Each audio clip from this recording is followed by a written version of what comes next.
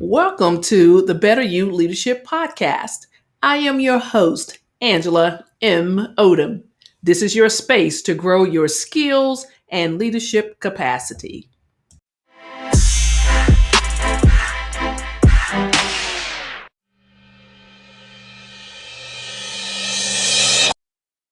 We are excited today to go through a quick non-scientific case study.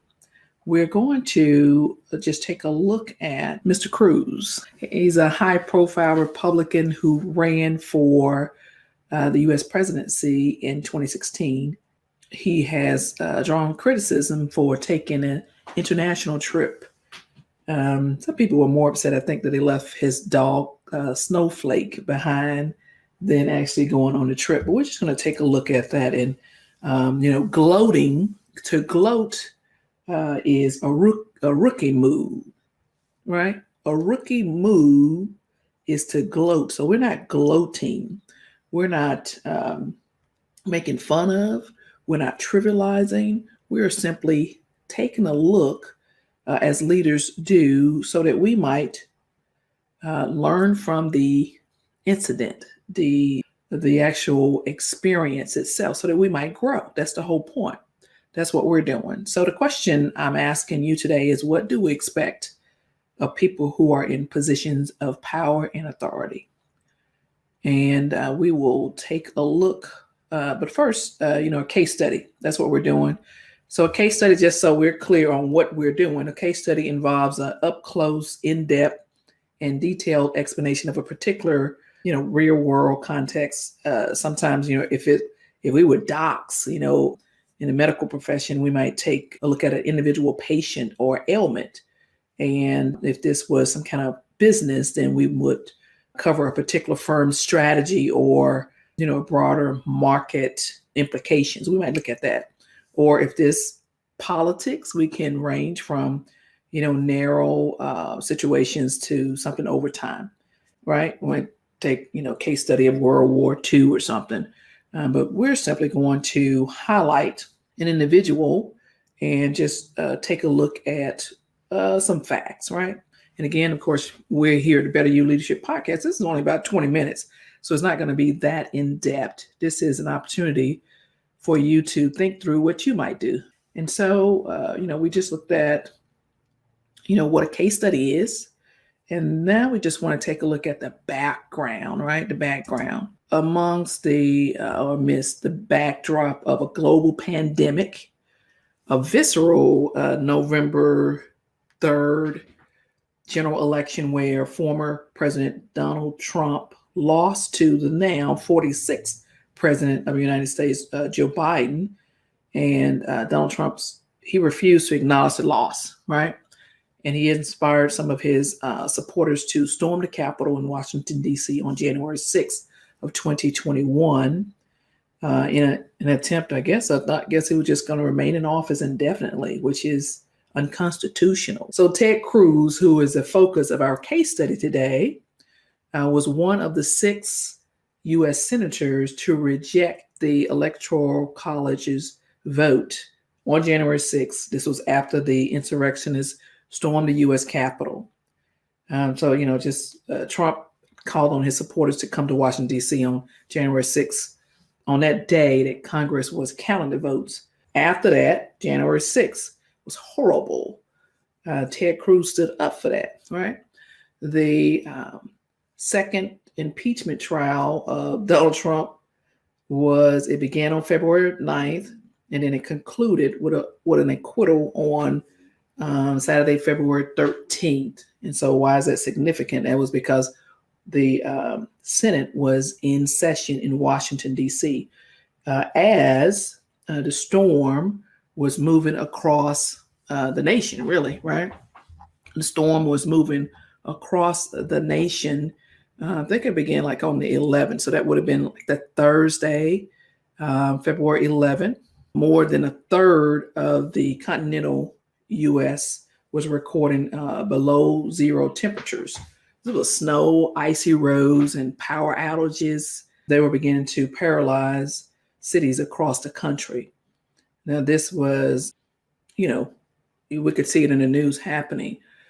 So among them was the state of Texas, which they were beginning to feel the impacts of this. And so you say Thursday, February 11th, when this cold front, this storm was moving in. And then in the middle of this, of course, the Senate is participating in the impeachment trial, visceral, all this discontent, right? A lot of back and forth, strong personalities coming out of this. One strong personality, one leader was Ted Cruz.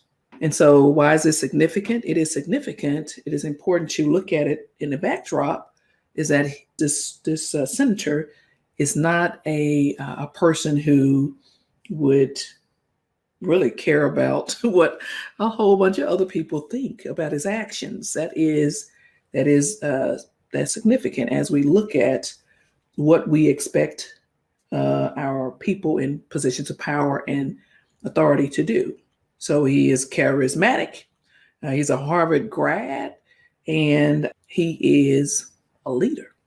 And so at the same time, Dallas dipped to like 5 degrees Fahrenheit.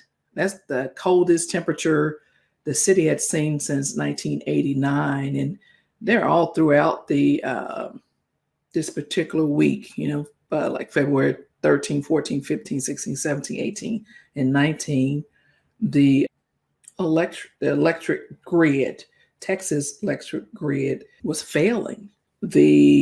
Some canceled this organization that runs the state's grid decided that they needed to do rolling blackouts, power outages all over the state of Texas. That's like 29 million people, all those homes, whether they are, Republican, Democrat, Independent, non-voters or not, they're people. And so this is what's happening. We're going through the case study, but just sharing with you what happened, right? In demonstrating the type of person Ted Cruz is, someone who stands up to others, speaks confidently about what he wants to do, right? That's what he demonstrated the week prior to this incident. And so, you start looking at the, people attempting to stay warm by,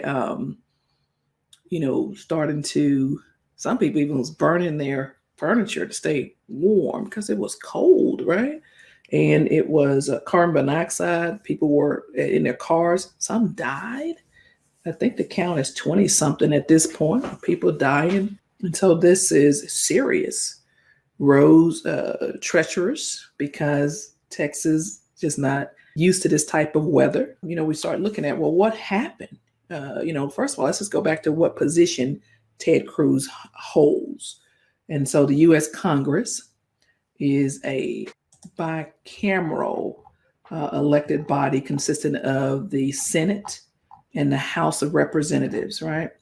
So, we look at that for every state. There are 2 senators, a total of 100, and there are 435 members of the House of Representatives. So the senators are elected every 6 years. The representatives are elected every 2 years. Ted Cruz's last election was in 2018. So, he has 6 years. So what's that, 2024 when he comes up for election? Just think about that. So senators represent the interests of their citizens, their state's citizens.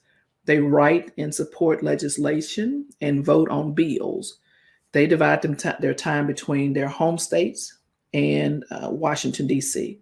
And they spend a considerable amount of time with their constituents, fellow lawmakers, and, they attend Senate sessions. So the 2 senators from Texas, Ted Cruz, first name is Raphael. I don't know why he uses that or don't use it, but anyway, Ted Cruz. And then the other one is John Cornyn, Cornyn. Both of them are Republicans. John Cornyn did not vote to support the rejection of the Electoral College. Ted Cruz stood alone. John Cornyn, I don't know if we've even heard of him during his last week. Like, what was he doing while Ted Cruz decided to take an international trip, right? I don't know. He was whatever he was doing, like the rest of the people, right? Taking care of his family and his neighbors. We don't know. We don't know that one way or the other. We just know that Ted Cruz, this is who we're taking a look at. So what happened? As we're going through this case study, looking at Ted Cruz's decision to take an international trip while the disaster was unfolding in his state. And we're answering that question, what do we expect of people who are in positions of power and authority? Just using this situation without gloating, without pointing the fingers, that kind of stuff, just taking a look at it so that we can step back, right? And know how to handle things when something comes our way, because it will. So first, Ted Cruz was spotted in an airport by a social media user. So like somebody's like, oh, that's Ted Cruz, hold up. And then, they posted it. That's what we do, right? Post things on Twitter, Instagram, Facebook, what's that, TikTok, all LinkedIn, all these things. We post it immediately. That's what we as a society, that's our behavior. We post it. And so, stepping back there and say, well, didn't he know people were going to see him and recognize him? He didn't care, right? At that point, that was not a consideration. So self-awareness is one thing, just to, let's just put that to the side, self-awareness. So he was first spotted and someone posted it, some unknown person.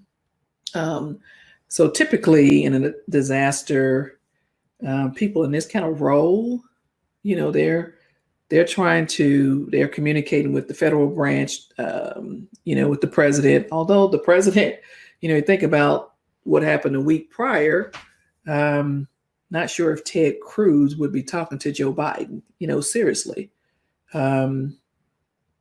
Right? Think about the optics of that. He probably was more aware of that than anything. So basically we would expect for him to address the immediate needs of the district or the state, right? So what he did in his capacity as a senator, from me, I'm just reading and scouring the internet. I don't know these people, right? So the first official move for he and John Cornyn, they wrote a letter on February 14th to request for federal emergency disaster relief. And I think it's by Saturday, the Biden administration said, yes, of course, they supported it. So he did what was, I guess, the obligation of the office, right? So yeah, he did that part. Of course, the governor is at that time going around doing interviews and that kind of thing, and distracting people with foolishness as opposed to just focusing on, hey, how do we keep these people safe? Right? That's my perspective. So that's where we are, right? And I think just step back and say, well, what's the big deal? That was some of the questions that people were saying. What could he have done? What could he have done? And we step back and we say, well, earlier in the week he had made some tweet. He had been very vocal about supporting an insurrection. So he's already in the spotlight. He was already in the spotlight, and knowing that perhaps may have made some different choices. But either way, so he is, trying to figure out what he should do now and what you and I should do now, right? So we went through what is a case study, and then the background of a senator's responsibility, where what they are tasked to do, what the Constitution says they would do, and then what he actually did. And so we're looking again. The question is, what do we expect from people in positions of authority? And we're just using Ted Cruz. I think it's a good thing to understand the colossal failure of the grid and the impact on people's lives, the suffering that people, men, women, boys, girls, were enduring or still are. Because first it was the power grid, so no lights, no way to cook unless you had a stove or you were, going to do something outside like other people may have done. So you think about the colossal failure of the power grid. And so once the power was coming back on, then the water was the issue. Pipes were bursting. So people they were cold, thirsty, hungry, all those things. And stores the shelves were empty in grocery stores, and some are opening. However, they're not, because of the roads, those conditions, the trucks are not able to get in to resupply. Even now, like 7 days, 8 days later. So this is huge, and people are still suffering and dying. Oh, by the way, we're still in a global pandemic. And so we want to, just take a look at what he did. He lied. He got caught in a few lies of saying why he went, how long he was going to stay. And, he went on conducted some press interviews and simply got caught in some lies. And so what do we expect from our leaders? First, we expect you to be honest. I do remember when I served in the U.S. Army, stationed in Alaska, temperatures going down to 55 below zero, and we trained anyway, right, in all different types of weather. And I remember we would have on our baklava, which is a headgear all the way over, eyes are out, nose is covered, and your mouth is right here, right? And I remember the eyelids like icicles, literally freezing, and doing our running formation, right? Remember me in the front, leading the formation. And that back in those days, I could run with the wind in a long time. And so my role was to inspire and to lead, right? To keep running. That was my role, keep running and to actually participate. So I couldn't hide inside of the building while the soldiers were outside running. That was crazy. So what I do? I ran in front. Now, I didn't determine the direction we would go. I did not determine most times how long we would go. That was the detachment sergeant. And he would, make sure people were doing the cadence calling, which is singing and inspiring people to keep running. He would make sure that the people who fell out of the formation were safe, put somebody back there with them to keep up with them. And what do? I keep running so that they can see me, right? So in the case of Ted Cruz, what could he have done? Maybe he could have done like Beto O'Rourke, the man who actually lost to him, not a politician. He reached out, activated his phone tree, calling millions of Texans. And he apparently, not him himself, was one of the people on the making the phone calls, actually found people who were dying, thirsty, hungry, and connected him with, some help, community help close to where they were, right? Checking on people. That's what he was doing, wellness checks. So what could he have done? So I think it was U.S. Representative Congresswoman Alexandria Ocasio-Cortez called or text one of the Texas congresswoman, and said, "Hey, what can I do to help?" And she said, we're in dire need. So what did AOC? That's what they call it, AOC. And she's like a lightning rod for controversy, and she just stands up to it. Thank goodness. Same as Ted Cruz, he just stands up to it. Thank goodness, right? So she raised, I think it's up to $3 or $4 million now for charities that are supporting the Texans. And so she flew to Texas. And some kind of way, I think there was a put her finger in their eye also, like, okay, hello, because they, as in she's a Democrat, they're Republicans, always going at it, right? Foolishness, both of them distracting from, what's really going on. But anyway, so AOC, Congresswoman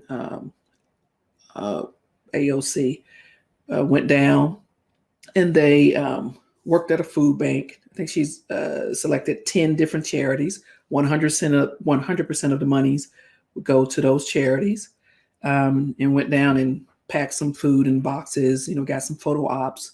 But at the same time, that food bank, those people in the area will be able to get some help. So what could he have done?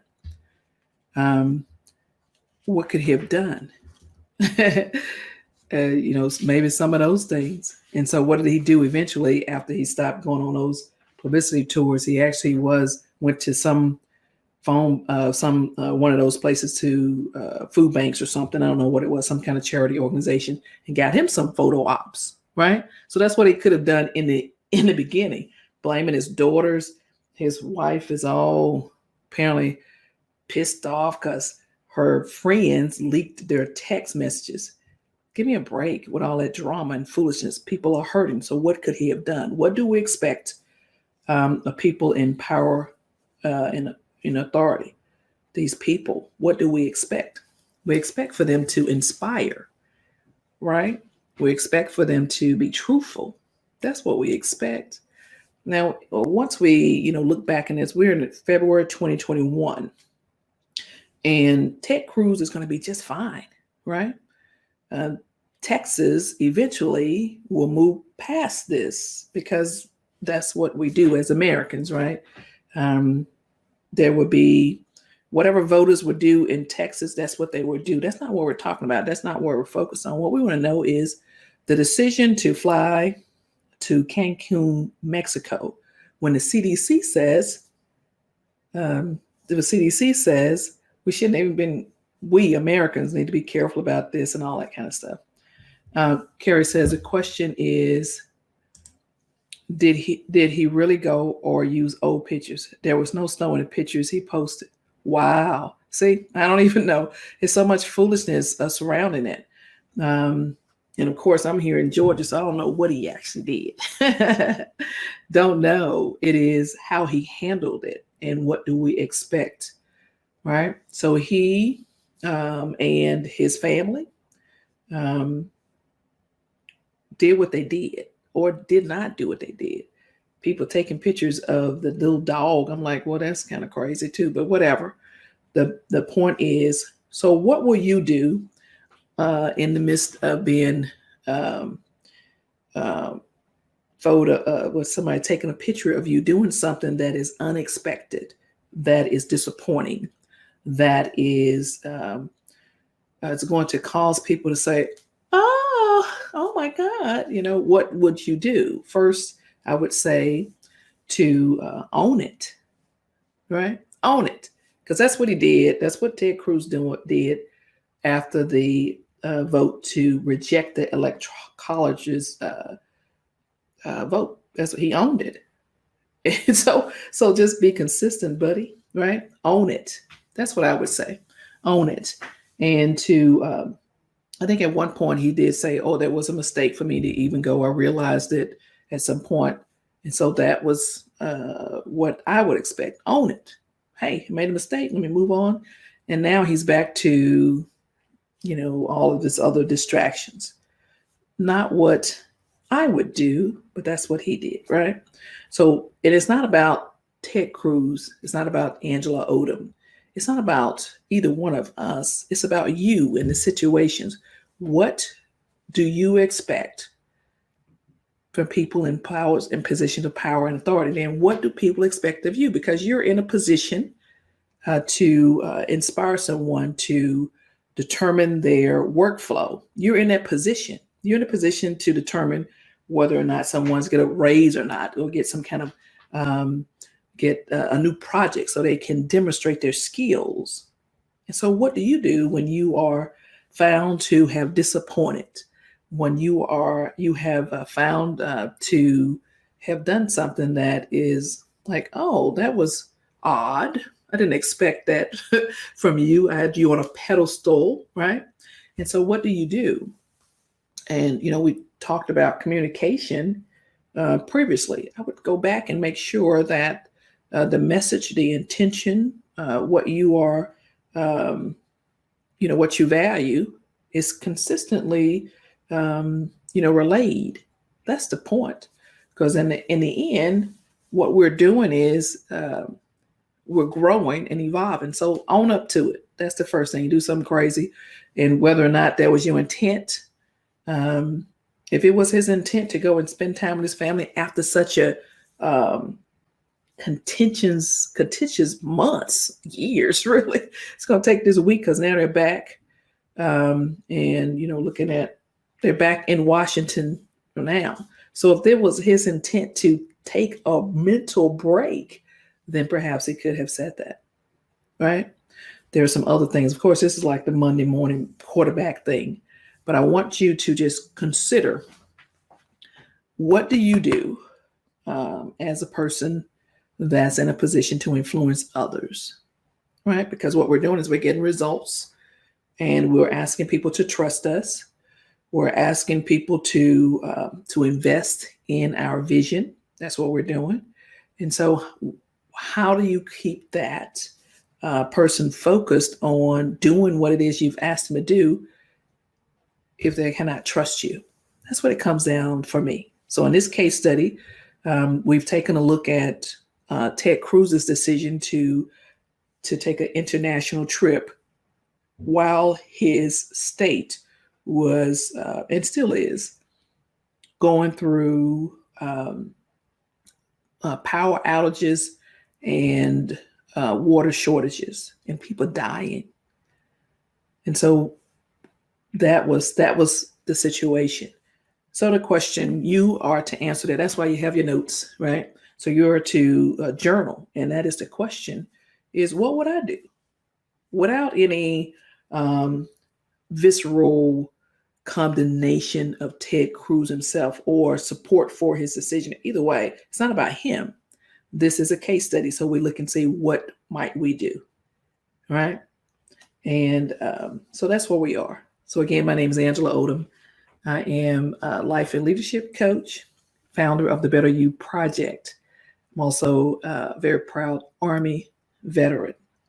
Today we had took a few minutes just to look at a case study so that we might answer the question for ourselves. What do we expect of people who are in positions of power and authority during a crisis? What do we expect? When we mess up, when that person makes a mistake, intentionally or not, what do we expect? And then we always project. From your calendar. Alexa, stop. Interrupting. So what do we expect? And the same things that we're expecting is what people are expecting of us. So with that said, I will end this episode by inviting you to go ahead and register for the next round of the Women's 3-Hour Leadership Intensive. That's on March 13th, beginning at 10 a.m. to 1 p.m. And that's Eastern time. All times are Eastern time. I'm in Georgia, right? And we invite you to go ahead to go to angelaodom.com, and register. We look forward to seeing you there. In the meantime, let us know what you think about this particular episode. Take care, and may the good Lord continue to bless you. We are intending for you to be a better you. That's the whole point. Better you. My name is Angela Odom, and as always, I'm rooting for you.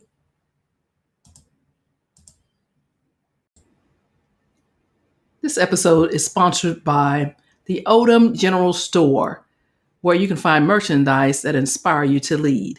Visit odomgeneralstore.com, Odom General Store.